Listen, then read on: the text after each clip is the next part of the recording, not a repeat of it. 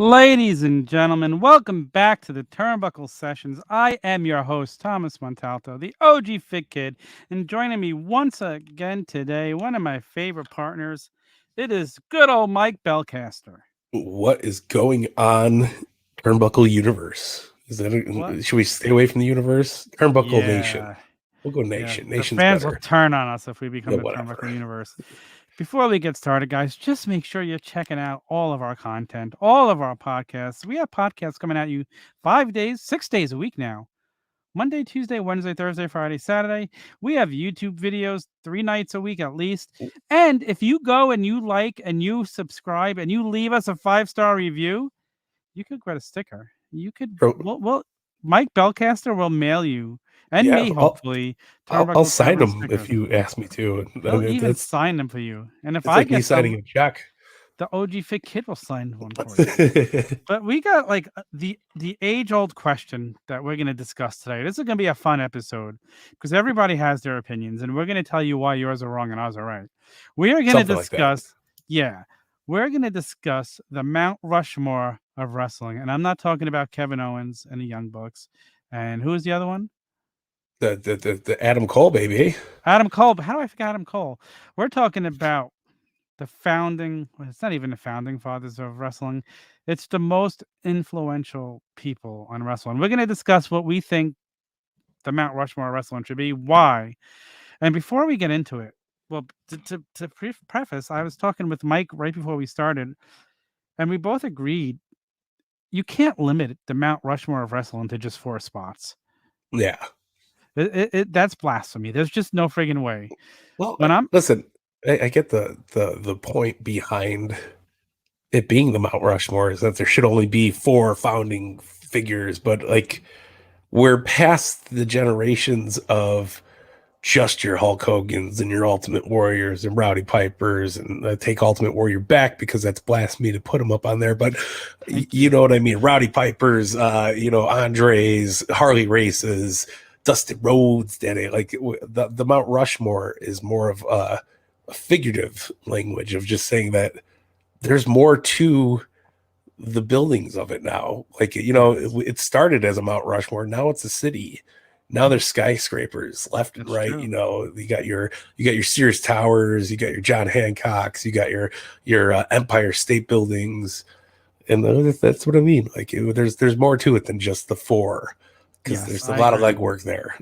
And what I'm thinking is when I talk about my Mount Rushmore wrestling, what I think defines the Mount Rushmore wrestling, it's not just guys who you thought were great, but it's guys who actually influenced and impacted wrestling, the business.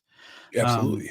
Like they've had to make some sort of impact instead of just having a good short run. They had to leave something everlasting, for the generation ahead of them. Yeah. So I know I'm gonna like it's so hard to say, at some point I think people would have put Bruno Sammartino on there. I don't think you can put Bruno Sammartino on there. I I mean, mean, I'm sure it's an argument, but I don't think you could really put anybody on there until wrestling went worldwide, until it was a national business. I get where you're going with that, but also Bruno is one of the pillars that holds up the foundation for the Mount Rushmore. You know what I mean? So like without Bruno, there wouldn't be this. We wouldn't be talking about wrestling in our standhold right now. We wouldn't I mean, be that's here. true. If Bruno Yeah. Sammartino doesn't sell out Madison Square Garden as much as he does it get to where the WWF is in the 80s? Does WWF exist after that? We It don't does know. not. No, Bruno Sammartino does not agree with this conversation. I am the multi Hall of Famer, world champion. Bruno sounds a lot like Andre too. It's a little weird, but yeah, no, I feel like I get what you're implying. And would he be one of the 4 heads? No, but I feel like he put in a lot of the construction into the foundation of what the Mount Rushmore of wrestling would be. Like same thing with Vince. Is Vince going to be one of my 4 heads? No, but I know Vince put in a lot of work to get those 4 heads up there and make it a bigger thing than it should be. We're talking about where they need monuments, Yeah. So it's part of the layout, part of what we do with wrestling in general.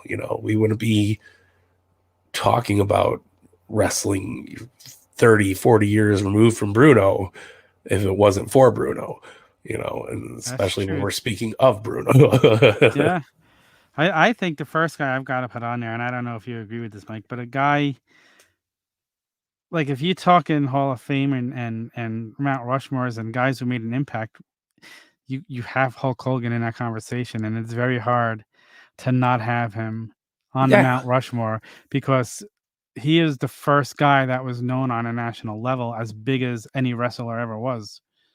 yeah. No, I absolutely agree with that. I mean, growing up, I was born in '87. Everybody I knew when I was 4 to 8 was a Hulkamaniac. Everybody, even when he went to WCW, even when he was in NWO, even when he did his big heel turn, we all felt Hogan. That's what made us fans. We loved it because we were like, oh, we connect with the last generation, kind of moving into the new generation, moving forward through the new generation. Even going to his debut in WWE again under the Hollywood Hogan gimmick. He likes the man did so good for the business that you can't take any of that away. And yes, there's ramblings that he might be a bad person, and I'm not here to discuss that, but I think what Yeah. he did for the business was definitely beneficial. I mean, it's hard to argue that. He was on the cover of Time magazine. What wrestler was on a cover of Time magazine before Hulk Hogan? Who's been on it since? Yeah, You know? Pastamania, brother. Like Yeah. he was all over the place. He sold out more arenas than most people could dream of. Uh, I mean, the original one, him and Andre selling out, the Silver Dome. yeah, Wrestling didn't draw crowds like that before that. not the So for this, Thunderdome, not the Thunder, the Silverdome. Okay, the okay. Silver Dome, the Silver Dome. I don't know if the Thunderdome ever sold out. No. So that's oh boy. We're trying to forget that era. That's certainly not on any Mount Rushmore. It's in the No, toilet bowl of wrestling. we're Um, there. so yeah, I think that any Mount Rushmore has to start with Hulk Hogan, and following with the Hulk Hogan thing. I don't know if you're gonna agree with me, Mike, but I've got to put Roddy Piper up there because he set the level for all heels, and I'm talking about a guys who've left Impact. He was the heel of heels. Yeah, Like right now, you're talking about MJF as being, the best heel everybody says since Roddy Piper. absolutely. But So okay, it's hard. So say you are limiting it somewhat, right? Is yeah, it like if you only had 4 heads to put on there, could you put Hogan and Piper at the same time? man, I might have to put Piper over Hogan. Okay, fair. That's better statement than Hogan being on it to begin with. But I again, I think Piper's one of those people that did a lot of the chiseling, a lot of the work. Like Hogan didn't do that much work, but he did enough to get his head up there. You know what I mean? So like Yeah, without Piper though, would Hogan be as hot as he was? that's my point exactly. Without you, but You yeah, talk about superhero movies, and what makes the superhero? Them going after the villain. absolutely. But If nobody's going to Hulkamania, remember the Green Goblin over Spider-Man. Nobody's going to remember Lex Luthor over Superman. Everybody knows Superman. It's how it is. it's so true. So if Hulkamania isn't going after Roddy Piper back, in the early '80s in WrestleMania 1 and the brawl to settle it all, does Hulkamania get as big as it is, or was it because they wanted to see Hulkamania kill Roddy Piper? Man, that's a tough question. But I think that it was a mutual thing. I think Piper wanted Hogan to be big too, even though Piper wanted to be big himself. Deep down, I think Piper knew that because he played the best heel ever. So how's the heel going to become the big guy? You know what I mean? Yeah, Uh, Piper never had a championship, a big championship. but did He he was need never a it? world. He That's the didn't need it, but I mean he would have been badass with it. So that's another argument, on the scale. But I think Piper falls underneath the Hogan spectrum. You know what I mean? So if you're putting Hogan up there, Piper's automatically already up there with Hogan. Does that make sense? Yes, I get your point, but again, like all other heels are being compared to Roddy Piper since then. Yeah. People talk about when people cut him promos, they compare things to Piper. Yeah, absolutely. So it's a like Well, like hear me out for like a number two, like of course. Stone Cold Steve Austin, right? Okay. Obviously, one of the biggest names in the world, trendsetters, changed the business, changed how we look at business, set a generation of fans, just like Hulk Hogan did. So of course Austin's going to be up there, but like, do you count Triple H as another person up there because Triple H was the heel in that situation? Because without Triple H, Stone Cold probably would not have gotten as hot as he did. The same thing with The Rock. Like I was just the gonna Rock's a say different story. as The Rock and Hogan. Like that's the thing. Like you're almost picking heads of a generation because it's not even about momentum or like trend setting. It's you got like so you're looking at just the Attitude Era. I mean, we had so many big names come out of Jericho, The Rock, you know, Austin, Triple H. We could go on for days. And but do I think all of them need to be up there? Not necessarily. Jericho's the we'll talk about Jericho in a minute, and along with the rest of the newer up and comers. But I think like Hogan keeps that 80s, 90s, early 90s, late 90s era. Stone Cold had one of the shortest runs on a big time scale, but he did so much. So he's got to be up there.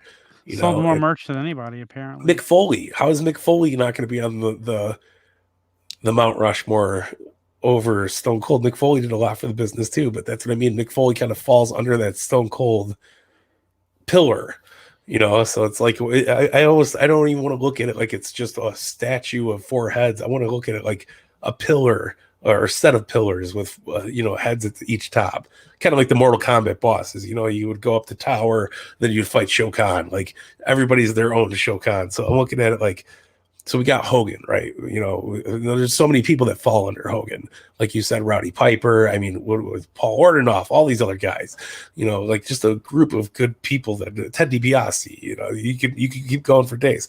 Austin's the same thing. Austin's the guy when you think Attitude Era, you think Stone Cold, but that doesn't mean Kane. You know, Kane can't get his own pillar, but he'll be on Stone Cold's pillar because it's like that defined the generation. It defined the. Like you look at like a decade, 10 years, right? Mm-hmm.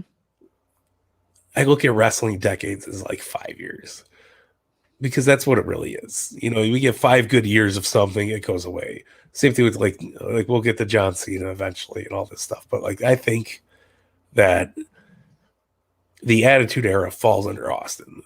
The new gen coming into the Attitude Era falls under Hogan.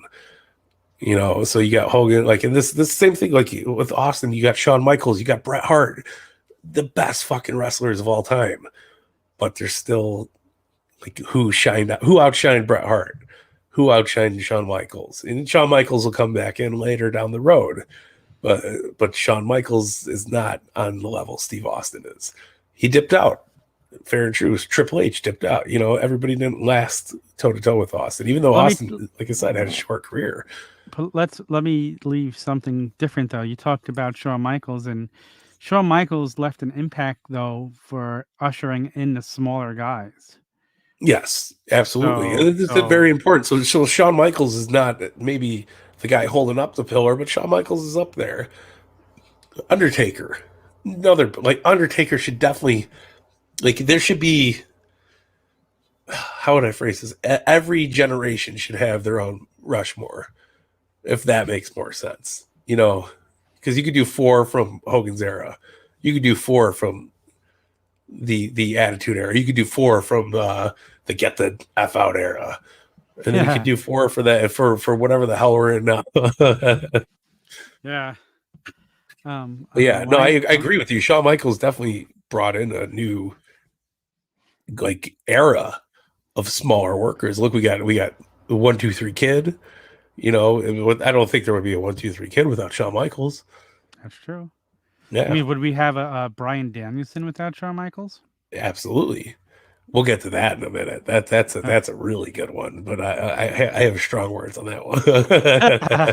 But yeah, no, Oh, I agree with you. I'm not arguing with that at all. I think I like the pillar concept. Like like the tiki heads, like when you see yeah. the tiki heads where there's like 6 different heads there, that's how this is going. So it's like you got Austin at the top, the main big daddy, and you got, Undertaker, Kane, Triple H, Shawn Michaels, Bret Hart, and like they're big pillars, but they're there.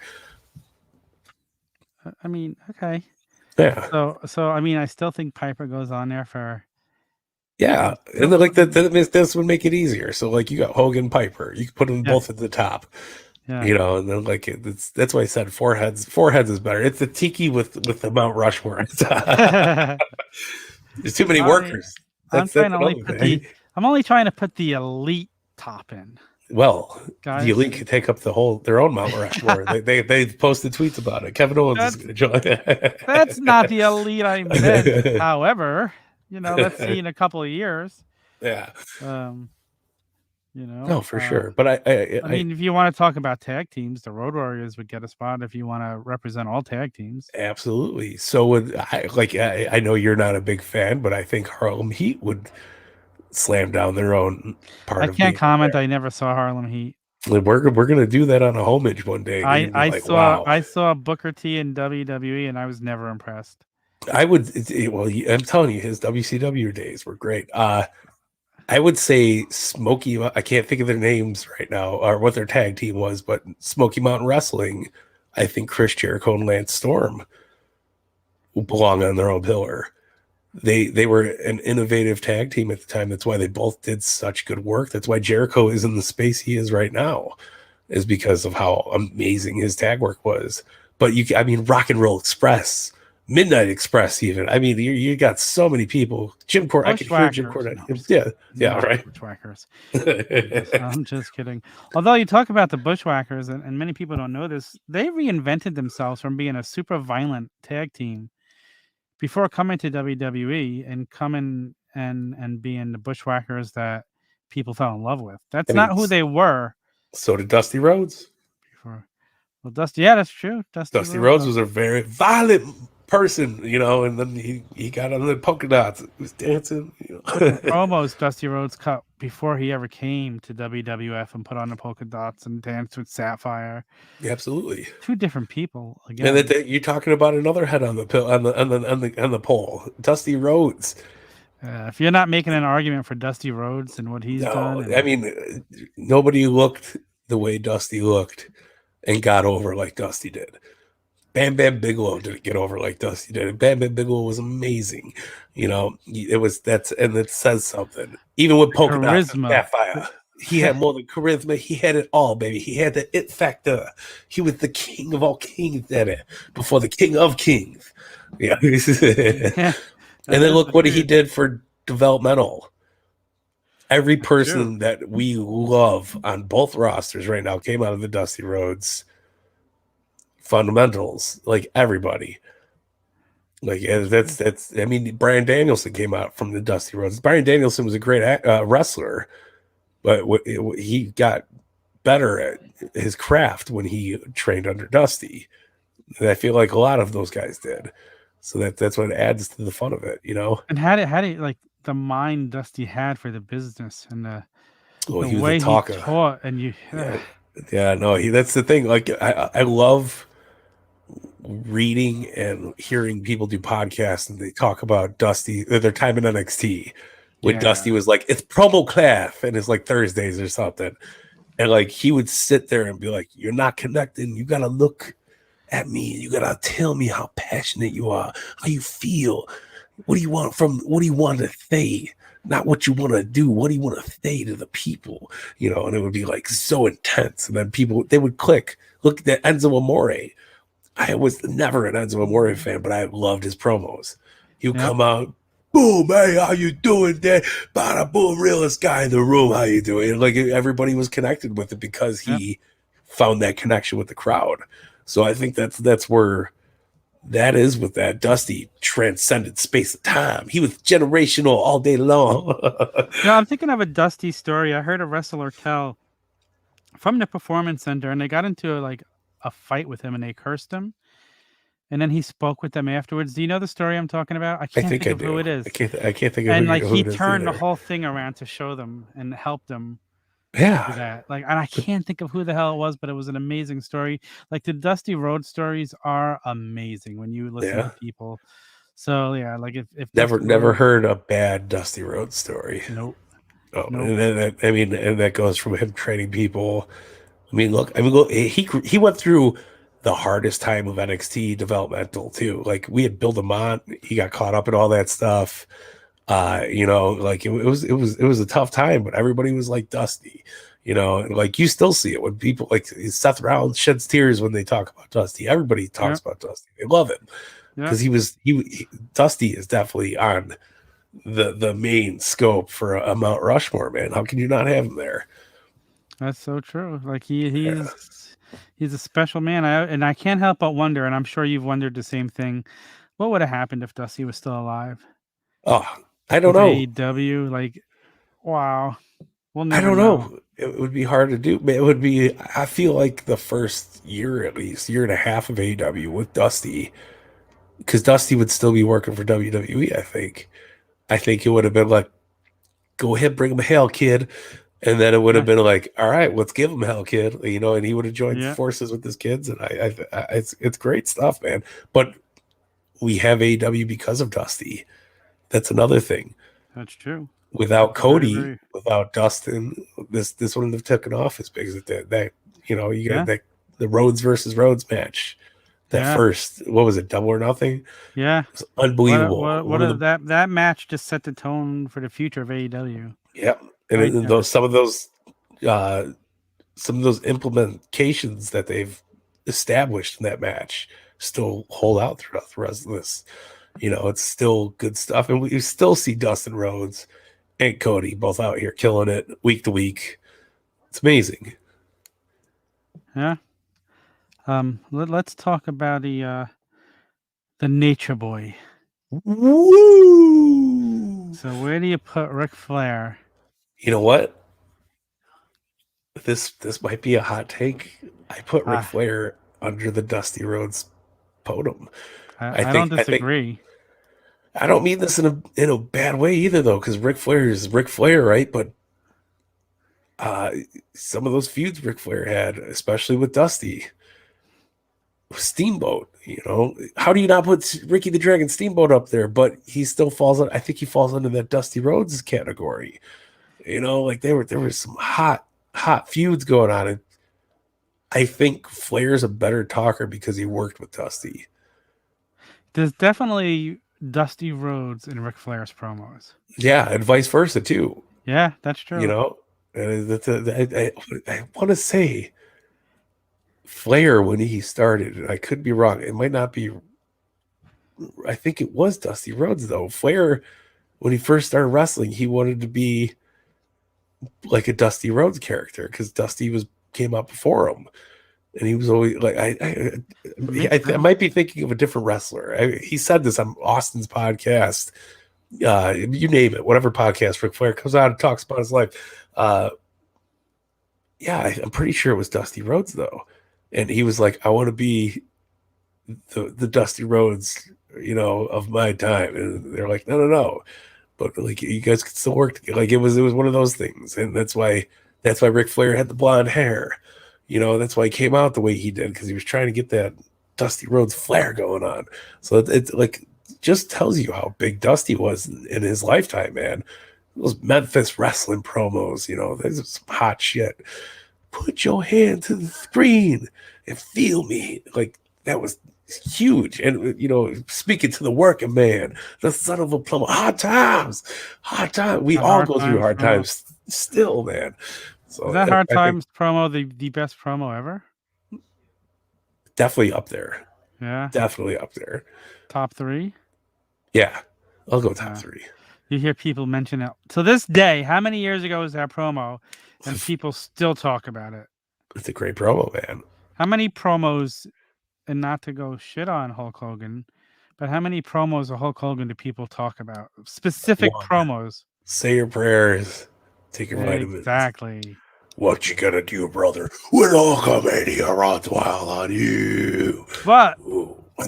going back to Roddy Piper, there's a lot of different promos you could go back Yeah. to Oh, that he absolutely. cut that were different ones. Yeah. So Flair nothing though done. too. Flair, Flair too. not But just even the Flair, like woo. hot take, all Flair's promos were in the same tone Oh, and he was very, he very was always similar. jazzed up, but that's what made it Yeah. better. Yeah. I mean, there was different contexts, but he was always talking like this. You want to go one Yeah. on one with the Nature Boy, Ric Flair, Dad? Woo! That's that was. Meet me at the Marriott. I'm the limousine riding, jet flying, stealing, wheeling, dealing, stealing your girlfriend. Isn't That's it Ric changed Flair, to man. train ride and helicopter flying? He Oh, was sorry. Um, next. No, but Uh, listen, Flair's absolutely up there, and you can't take his promo work. The Flair was one of those guys that did it, and he did it to a point where every venue he was going to, every feud, Four Horsemen, there's your own Mount Rushmore right there. Is the Four Horsemen. How can you not? You got the best tag team of all time. You got one of the greatest world champions of all time. Then you got Barry Windham. the original Uh, faction. he was good. He was good. What an underrated worker Barry Windham was. He was great, but I mean, there's a lot of underrated workers out there. They That's don't true. get the time. Yeah, Tracy Smothers is a Barry Windham character, one of the best damn workers that came out of the before ECW times, but he shined in his ECW role. And I've seen him a bunch of times on the independent scene. Such an amazing worker, uh, just knowledgeable. You watch him go out there. He tells stories. I love storytelling in the ring. It's good stuff. Oh, I Yeah, love it too. And I'm so glad to be seen again. But let's talk about, I'm gonna go right on the record of saying it right now, and I know a lot of people are gonna be shocked. John Cena does not belong on any Mount Rushmore because what is he? I mean, sure, he carried the WWE when they had nobody else, but what did he do to change the business, to impact the business? I can't think of anything. he I'll give him one thing. He transitioned it from what the Attitude Era was to this ruthless aggression era, but it wasn't the ruthless aggression. I Yeah, think it was more about him bringing in a different tone with the rap gimmick. Eminem was a big deal at the time. I enjoyed his rap gimmick.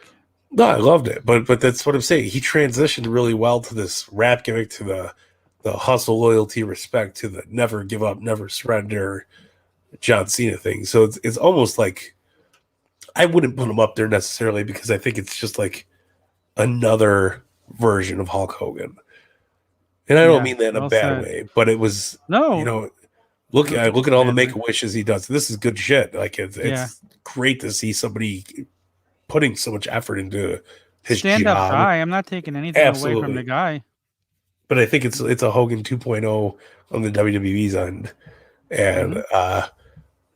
listen, it's great. But like, how are you going to put John Cena up there and not Kurt Angle?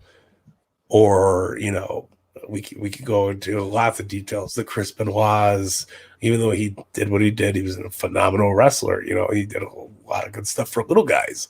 Uh, Eddie Guerrero, Edge. You can go into all these people now, and like, does Edge need to be on the pillar? No, Edge doesn't need to be up there. No, No, he was great. no. Maybe on the Canadian Mount Rushmore, Edge is That up makes sense. there. It's Yeah, just but him and three Bret Harts. Uh, and three Bret Harts. but yeah, That's funny. I agree with the take. I think Cena did a lot, but I don't think he was a monumental No. change. And The again, Rock was a monumental change. The Rock or Cena was a mix between Hogan and The Rock. yeah, Yeah, yeah. and I totally do. Like when The Rock and Hogan wrestled at WrestleMania, I feel like that was two of the same colliding in one, not two opposite beings An going amazing at it. moment, but again, another hot take. Amazing moment. Um, I'm not putting a rock on my Mount Rushmore. think The Rock's got more up there than 90% of the people we'd mention after Stone Cold. I'm not arguing that point. I just don't know Yeah, what he did to change the business. listen, but this is why I'm saying it belongs in pillars, because like the Attitude Era was great, but it wouldn't have worked if Mick Foley wasn't a best-selling author. The Rock wasn't had a best-selling book out there, wasn't doing Yeah. movies. Shit, you can keep going and going. Austin doing like Texas Walker Ranger, goddamn it.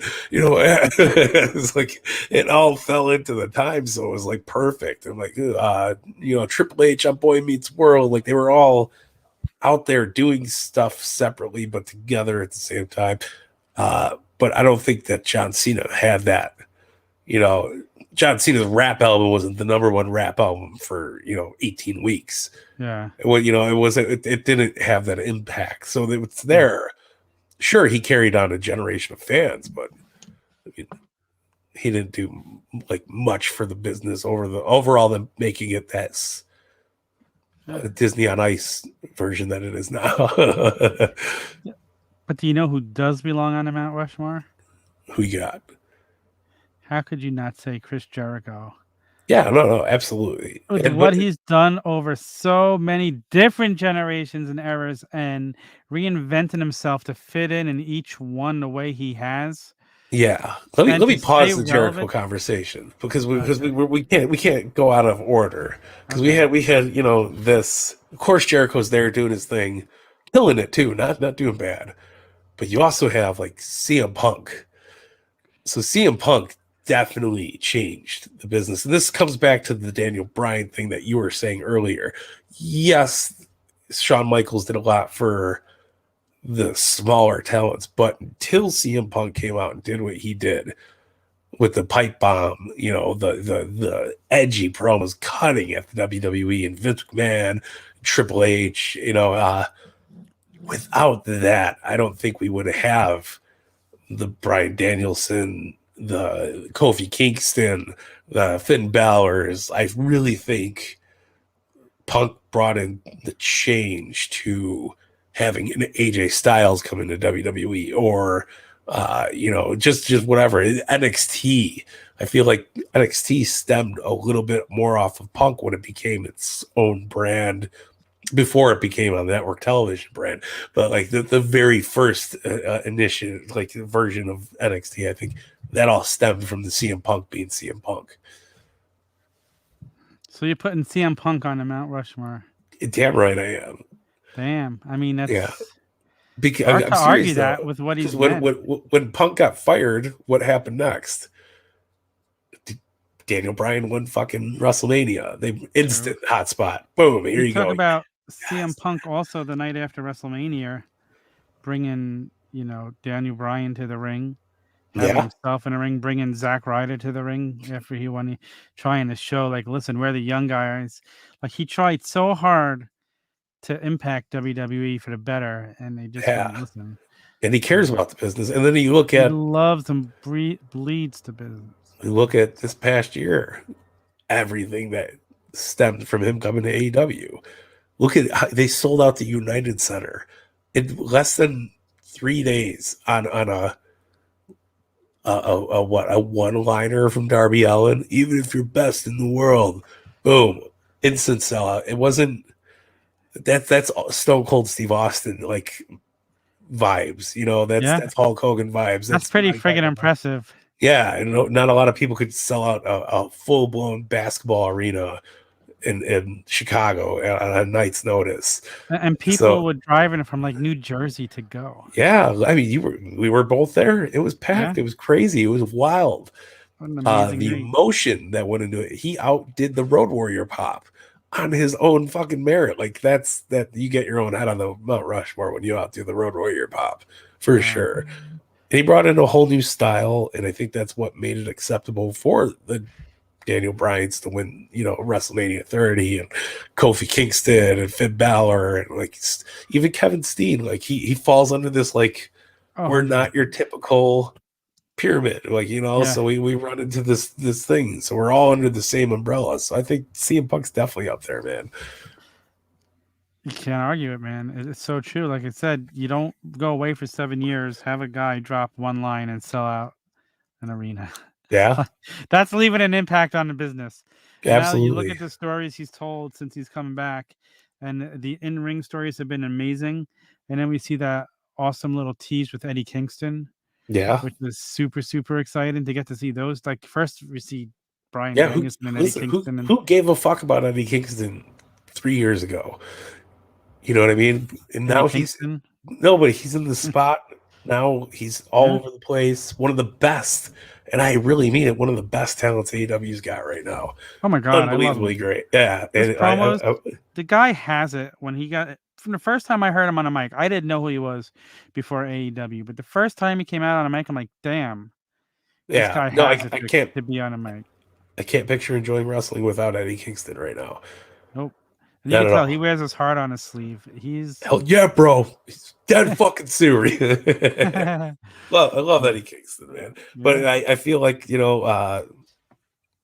without a Punk, without a Brian Danielson, the AW thing thrives, but takes a lot longer to get there. I think they got like a little extra boost from them. I'm not saying that it's a bad product, but like I obviously I'm wearing the hat. This first, I don't wear wrestling merch. I only wear AEW merch now. I've never worn wrestling merch since like '99, 2001 maybe, Yeah. and now I'm wearing wrestling merch again. I'm happy to be a fan. I'm happy to talk about it.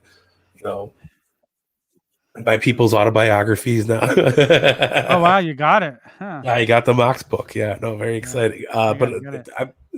it's I just read the one page, which I loved. yeah, no, it's the whole book's been fantastic so far. I'm super.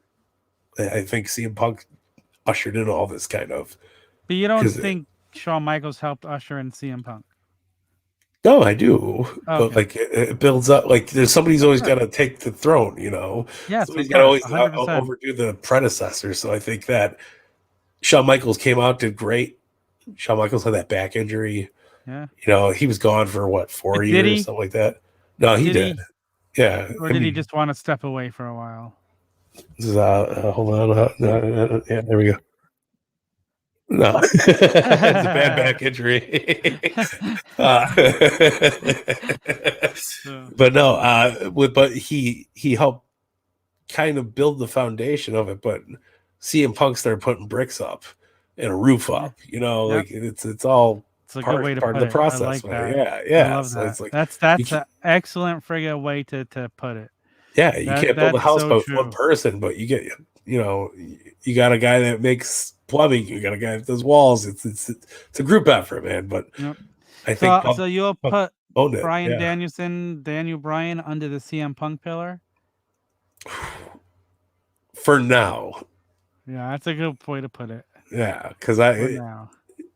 these last 5 weeks have been his best work, and I've been following him since Ring of Honor. Yeah. He's had some great Ring of Honor The matches, but this dude is like is love it. intense. Yeah, The dude, there's no match in his intensity with what he's bringing right now. yeah, And that match against Eddie Kingston, only Eddie Kingston could have done that middle finger like that yeah. and made it work like it did. It was so good. Yes. And like that's it. Like how many times have we watched Eddie Kingston wrestle? We finally got to watch Eddie Kingston wrestle. Yeah. And that's telling because it takes somebody who's that good to bring that energy out of you. Yep. So that's like you're only as good as the person you're in the ring with. Yep.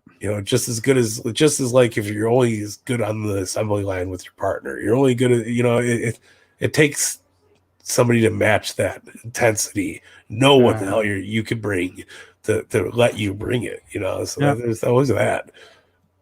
Sure. It's crazy. Yeah, but I maybe in 5 years from now, this could be a whole different conversation. Brian Danielson could be on, definitely. I mean, I don't see why he wouldn't be on one of the heads already. Yeah. But like I think it's just that they're starting to build over there. Yeah. So I think it's happening, I mean, listen, Daniel Bryan got over at a time in WWE when they weren't putting people over. Yeah. Like trying to build stars. He did it on his own. So it's kind of interesting to see what we're going to see him do here. Yeah. So anything, But that's what I mean. It's exciting. not to go back, but that's what I mean about Punk. Punk Yeah. did that kind of. Yeah. And then WWE had to answer back to like, oh, we don't have Punk anymore. We got Ring of Honor's Bryan Danielson. He'll be good. Like, let him do it. Like, yes, go out there and fucking get over, kid. And they hated it. Like, look at all the shit he had to go through. And then he finally got this big moment. Then he had to retire. Then he comes back and they put the Intercontinental title on him. Like, That still infuriates me that they did so that. you see what it is. It's not him. It's the booking. Obviously, he can go. Obviously, he can make moments. You know what I mean? Like, it's just, of course, he's a big player in the game. So I'm with you on that. So let's go back to Chris Jericho. Well, yes, let's go to. So we got to start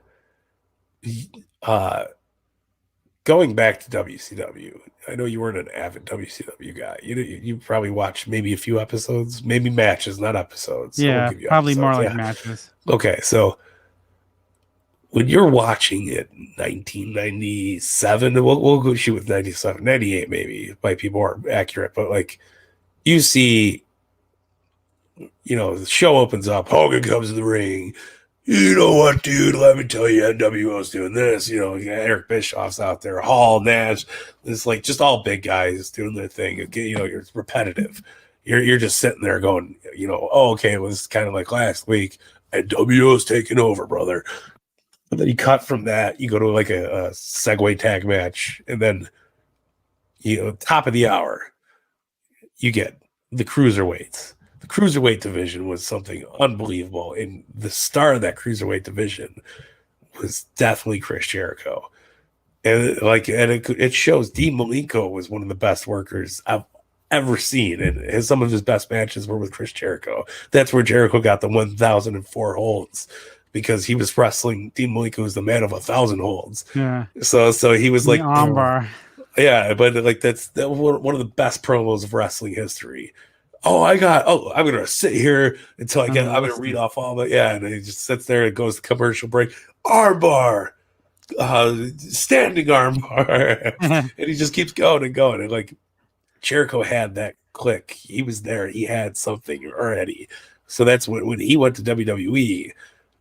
It was a welcoming breath of fresh air, because the Attitude Era was starting to stale out a little bit, and I truly think so. The guy got to come in the middle of a Rock promo. Yeah, the best shit ever. I'm telling you, standing on my chair, I was, what is that, 99? I was 12, right? I'm at the Allstate Arena, the Rosemont Horizon. I'm sitting there, I'm standing, because I couldn't see shit. The whole place goes pitch black. And then boom, boom, boom. I fly back on my chair, and you hear I got you. Jericho's thing comes up, and it was the huge crowd reaction. Everybody was so pumped to see Jericho come out at the Rock. Rock shoots him down. Perfect promo. Then Jericho goes away for a little bit, comes back as the short hair Jericho. Save us, Y2J. Reinventing himself over and over and over again, which is something crazy and awesome to see. And then we go from that to the list, which was huge. We had an awesome program with Kevin Owens, and it was just awesome to see. And then you go to, this is where I think they were like, shit, time to start chiseling him into the mountain, is when he went to New Japan. And he's like, 100%. Kenny Omega, I'm coming after you. We're both from Manitoba, Canada. Ontario, you jackass. But, you see them going back and forth, and Jericho and the Elite, and they got a deal with Hot Topic, outselling WWE sales on merch. And it's like mind-blowing stuff is starting to happen again in wrestling. And they're all working for Ring of Honor. Jericho's still you're like, is he a WWE guy? He's just here. And then you had the Bullet Club and the Alpha Club. Jericho gets the Alpha Club shirt, shows up on a WWE's Raw with the Alpha Club shirt, just in the backstage segment. You just made the list. Dots it down. Last time we'll ever see Jericho on WWE TV, until he comes on Stone Cold's podcast, but that doesn't necessarily count. So yeah, then Jericho goes from this New Japan shoot come through era, Painmaker, and then we see the AEW press conference. And he launches a promotion. Yeah, and launches a promotion with, and I'm not putting one person up on here for this one. It is Matt Jackson, Nick Jackson, Kenny Omega, Cody Rhodes, and Hangman Page. These guys changed the business. And Tony Khan. Tony Khan's got his own. Before we wrap up, we'll do one more thing about heads up here. This is going to be a good one. But so the Elite, we'll go with the Elite with Hangman. They changed the business. They, being the Elite brought you into the world of wrestling in a comedical, entertaining way. You get in and you're seeing backstage vignettes. They're continuing storylines. They're doing what they have to do to compete with WWE on a independent level. These guys are doing PWG, Ring of Honor, New Japan, killing it all over the world. And then we go, they launch a company with Tony Khan, Chris Jericho, and they got a TV deal. AEW's neck and neck with WWE on ratings right now. How can you not say that they are one of the most beneficial pieces of wrestling history? And they're on a great streak.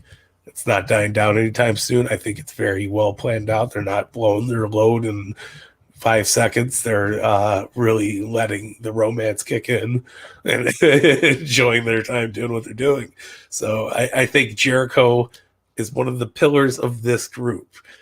So you got Jericho, you got the Bucks, Jericho, the Elite. Adam Cole is part of the Elite. Jericho gets his own. Because of course. Yeah. But without Jericho doing all that other stuff, it definitely helped AEW get the recognition. It helped them get that TV contract. Yeah. TNT. It helped open doors for them. For TNA.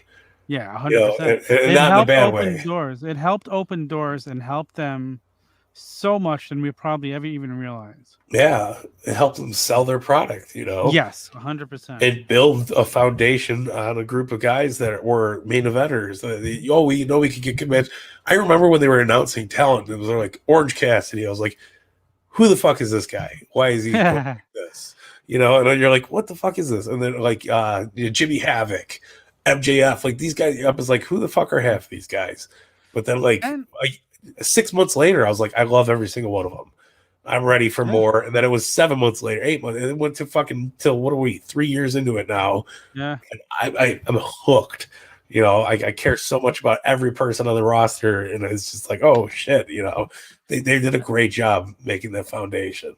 And with all due respect to Ric Flair, but if you want to compare Ric Flair at Chris Jericho's age, ridiculous. Jericho's doing it better. Yeah, and Jericho's keeping up with it. Exactly. He can still go out there and main event the show. Put on a match with anybody. Yeah, he knows 100%. How to work. He knows how to work. He knows how to. If he can't do something anymore, we don't know it because he won't do it. He's readjusted his style. Yeah. So no, and then every once in a while he'll go into his bag of tricks and he pulls something out that you haven't seen in forever. Yeah, and it's like wow. Yeah. Wow, this guy is still going as good as he's ever gone. It's crazy. That's why, like, when Tony Khan brought Juventud Guerrero back, for the labors of Jericho, they had some of the greatest wrestling matches on national television when they were doing cruiserweight shit in WCW. Like the best. Like you're like, wow, some of the shit that people are still doing today. You're seeing it for the second time. You're like, what the fuck was that 450 flip off the top rope? And it's like, wow. So yeah, man, Jericho's definitely up there. So I think we rounded off at that. Like, we got a bunch of standpoints, but staples, if you will, of Mount Rushmores. But I have one more thing to throw up there. Who is your Mount Rushmore of promoters? Oof. Like who's going to go up there? You got a lot of great minds up there. In that, like who do you pick? Like you have Heyman, you got Jim Cornette, you got Vince McMahon Senior, you got Eric Bischoff, Tony Khan. The list goes on and on. Dixie Carter, Jeff Jarrett, Jerry Jarrett, Jerry Lawler. Like, it's Wow, crazy, shoot. so many people. Dusty So Rhodes. Dusty Rhodes, damn right. So like that's like there's a good one. I think I'm gonna do mine really short, but it's gonna be Tony Khan, obviously Vince McMahon, uh, But Bischoff. Tony Go Khan ahead. and Vince McMahon, two totally. Vince McMahon's vision as a promoter was because how he changed wrestling from the territories to being a national business. It Yeah, became Tony Khan is doing it by purely booking great wrestling. hold You know, on. you okay? Tony Khan is doing it by doing complete opposite of what Vince did from now. Yes, He's going outward with it. Why can't the territories be one? That's why the Forbidden Door is such a big deal, because you got New Japan, you got TNA, hopefully soon Ring of Honor. People like they're bringing in the best of everything that's not in the WWE bubble right now. And you're getting, like, look at how awesome was Suzuki when he came in for his American little run here this year. yeah, Unbelievable shit. Like, wow, I care about this more. There's so many more examples, but like Tony Khan, I feel like is dissecting what WWE did and making it yes, now. Where Vince McMahon's failing at that because he's like, nope, there's only one. yeah. The That's a great world's point. the world's shifting into a space of unity and not selfishness too.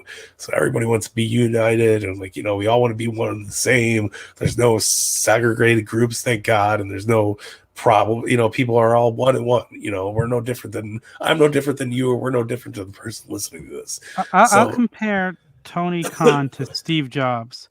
Because what Steve Jobs did was he never, a lot of Apple's inventions were never their own inventions. They would take something that was already out there and just improve on it and make it better. I'll go with There were that. there were tablets before iPads. There were smartphones before iPhones. You Okay. know, and that's what Tony Khan's doing exactly now. He's like, okay, I need to go work on what's out there and make it better because right now everything's stagnant. Yeah. Nothing. So, and that's what I feel Tony Khan is doing, and he's doing it friggin' awesomely. Like, I feel like it's Tony Khan's amazing. got like the Elon Musk going for him too, where he's Yeah, trendy and yeah, oh, my car farts, and like you can play yeah, Xbox in it. Like he's got that kind of vibe to him too, where you're just like, yeah, oh, okay, like you're one of us, you get it. Like yeah. you're hooking us up with the best shit ever, and And nobody's that, gonna have any problems with it. and now you look at Apple's products compared to a few years ago. Like, they're people are using their computers more than ever. Yes, And Apple didn't go out to do it overnight, but look what happened in the long run. I'm looking at Apple right now as WWE 2002 3 ish. Where we've had the same product for 4 years, but we're putting fancy colors on it. Like, so Yeah. somebody's going to take over Apple soon.